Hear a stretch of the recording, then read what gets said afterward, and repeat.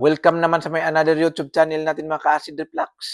Andito naman ako si Orly Noynoy. Bale, malamig ngayon ang panahon ngayon mga ka-acid. Kasi may bagyo. Ang mangyari ngayon, yung acid natin, medyo atake yan kasi yun ang paglamig ang panahon. Yun madalas na atakihin tayo ngayon mga ka-acid pag malamig yung panahon. Bale ngayon mga ka-acid, nandito ako para talakayin natin ang acid. Gagaling ang acid kahit wala kang gamot na iniinom. Totoo yan acid, gagaling ka kahit di ka inom ng gamot galing sa doktor. Gagaling at gagaling ka.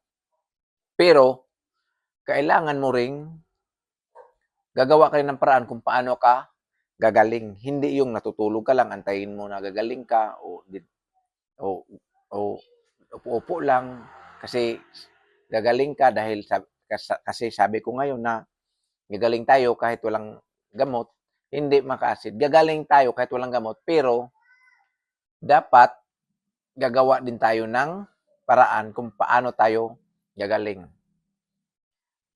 Example, ganito. Kailangan nating maglakad-lakad o i-focus natin yung sarili natin sa ibang lugar na napupunta tayo sa lugar ng mga pasyalan o kahit saan o kung saan yung isip natin malibang para hindi natin maalaala kung kailan aatake na yung acid natin. Kasi yung iba kasi, ang acid kasi natin, minsan may oras yan na aatake siya o pwedeng aatake siya sa umaga, tanghali, pwede sa gabi, madaling araw. Yan, aatake yan. Para hindi mo maisip yan na ano yan, kailangan nating maglibang din para hindi natin maisip na, ganito atake na naman yung acid ko. Kasi ganitong oras na.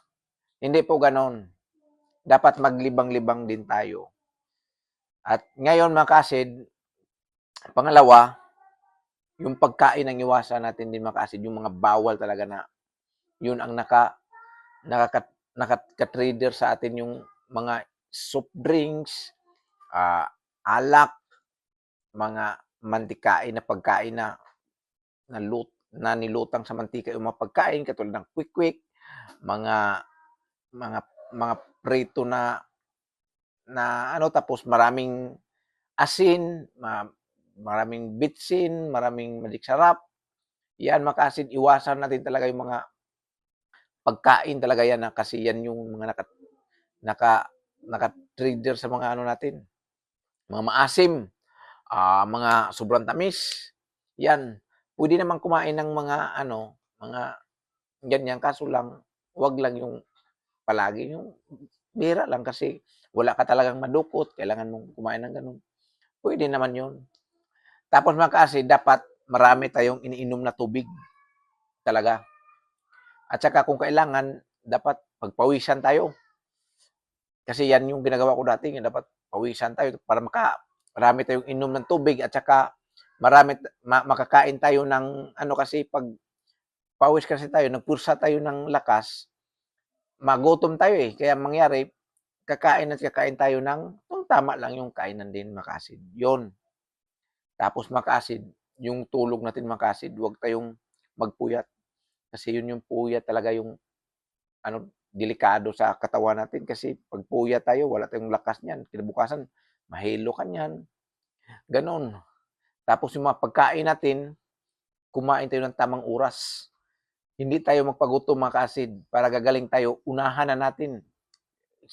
Na ang iba kasi saka pa kumakain na gutom na di na mapakali, saka pa kumakain. Hindi dapat unahan mo na, kumain ka na nung oras natin na yung oras na kung anong oras ka kakain, anong oras ka mananghalian, anong oras ka mag-snack, yan dapat para yung katawan natin masanay. Ganyan lang mga ka-acid ang gawin natin mga ka-acid. Maglibang tayo para yung isip natin hindi focus doon sa atake kung anong oras sa atake. Para gagaling tayo kahit wala kang ininom na gamot mga ka-acid. Gagaling at gagaling ka. Pero sabi ko nga, gagawa at gagawa din tayo ng paraan para tayo gagaling at isa din talaga yung gagawa ka ng inspirasyon para kung gawa ka ng inspirasyon kung sino yun na para lalakas ka at bakit kailangan mo pang mawala ang sakit na to dahil gusto mong manatiling malusog.